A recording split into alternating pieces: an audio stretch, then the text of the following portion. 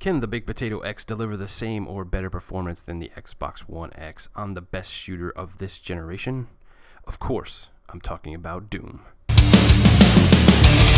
If you don't know, the Big Potato X is a $560 gaming PC I built from scratch using a combination of new and used parts to take on the Xbox One X and gaming performance. If you haven't seen the build video, go check it out. You'll be able to click the card above or somewhere on the screen, or you can check it out in the video description below. Today we are going to take a look at Doom, one of the best, if not the best shooter this generation in my humble opinion. The beautiful graphics, the in-your-face action and brutality is what I love about this game. It's a breath of fresh air from the mundane offerings from other shooters this generation.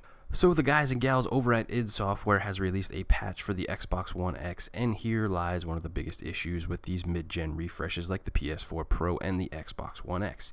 You have to wait for the developers to patch the game to take advantage of the hardware. Where on PC, you can run the game day one at any resolution, frame rate, or graphical setting your hardware can handle.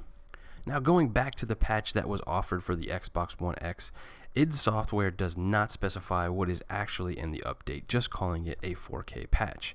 We know from our testing and others like Digital Foundry, NX Gamer, and VG Tech that this patch is anything but 4K. On the Xbox One X, it's a bit of a mixed bag. id Software is using a dynamic resolution with TAA, and in doing so, you have a soft image overall, losing the fine detail in the images as we see in the footage here. The resolutions are all over the place from sub 1620p all the way up to 2160p, but the game rarely ever hits the top end of the scale, spending a good portion of the time anywhere from 1620p to 1800p.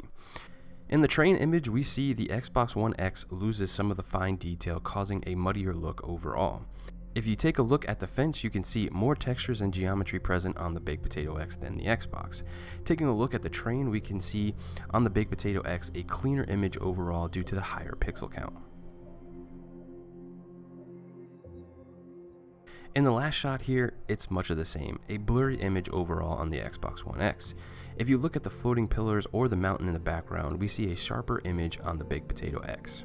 Something curious on the mountain, we see less blood flowing out than on the Big Potato X. Not sure if this is a bug or the developers chose to cut it out to save some performance.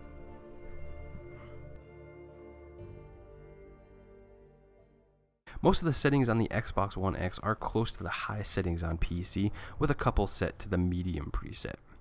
The most noticeable one being the lights quality, as shown here. As you can see in the side-by-side comparisons, the lights in the far back and off to the left are off. While the Big Potato X, with the lights quality set to high, you can see all the lights are on. Performance on the Xbox One X is pretty good, delivering a mostly stable 60 FPS with dips to the low to mid 50s in some areas during glory kills, as reported by Digital Foundry. I don't currently have a way to test console frame rates, so I will be relying on sites like Digital Foundry for their expertise. Overall, not a bad showing for the Xbox One X. So how does the Big Potato X stack up? Well, on PC, there is a robust suite of graphical settings you can tweak to your heart's content. Here on the left side, we have video settings where you can change resolution, VSync, and a few other things. On the right side is the advanced settings menu where you can change resolution, scaling, lights, textures, and a ton more. At 1080p and ultra settings, the Big Potato X delivers great performance. It barely pushed the system with frame rates between 100 and 150 FPS. You get those breakneck speeds with low input latency. That is what shooters are all about. This is an experience you cannot get on the console. At 1440p and ultra settings, the Big Potato X does a great job with the frame rate, staying between 80 and 100 most of the time, with some dips to the 60s in rare instances. You get a sharper image than 1080p with some stellar performance. Can the Big Potato X run games at 4K and 60 FPS? Yes, it can. Running the game at native 4K and low settings with VSync off, we see the frame rate goes from the mid-50s with spikes to the mid-60s. Not too bad for a 4-core CPU and an RX 580.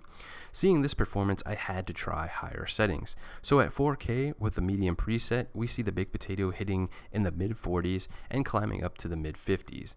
Now I bumped the settings up to high, and we had a similar performance as the medium setting settings with frame rates in the mid-40s, then climbing to the mid-50s.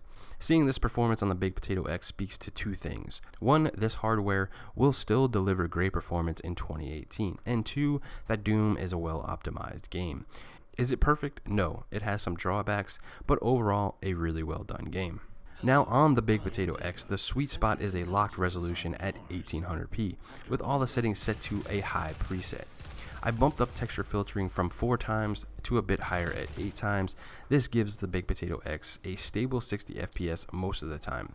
There are drops to the mid-50s during some glory kills due to the heavy-handed depth of field use. This is hardly an issue as you lose control of your character while the frame rate dips as the animation plays out. Then the frame rates normalize and you gain control of the character once again.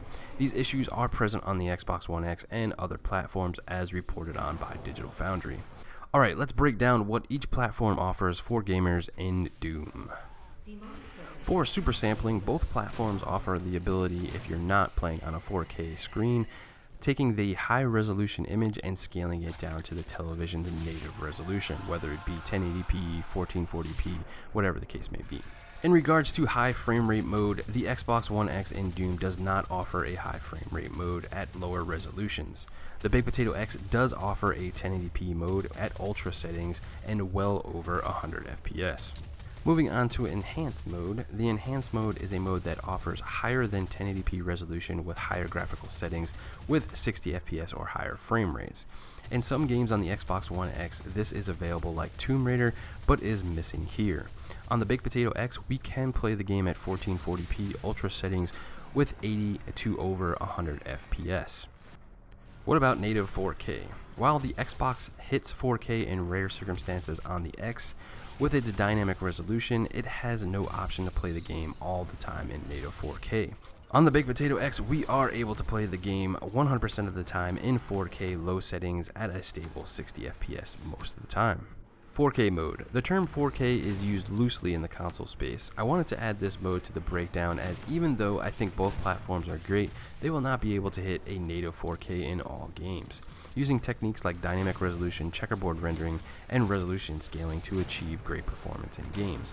In Doom on the Xbox One X, we see the use of dynamic resolution, a mix of medium and high settings, and a stable 60 FPS. On the Baked Potato X, I used 2160p as the base resolution, with resolution scaling set to 83%. That works out to be 1800p, set to the high graphical preset with a stable 60 FPS. I think both platforms put in a great showing, but I think the clear winner here is the Baked Potato X. With more resolution options, higher frame rates, ultra to high graphical settings, depending on the resolution, and a better overall 4K mode.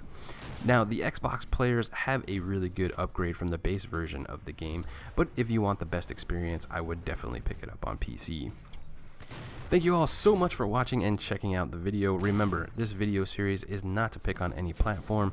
They are designed to help you, the gamer, on what platform gives you the best bang for your money. Please consider subscribing if you like what you see. Don't forget to hit the bell icon to know when we drop a new video or go live.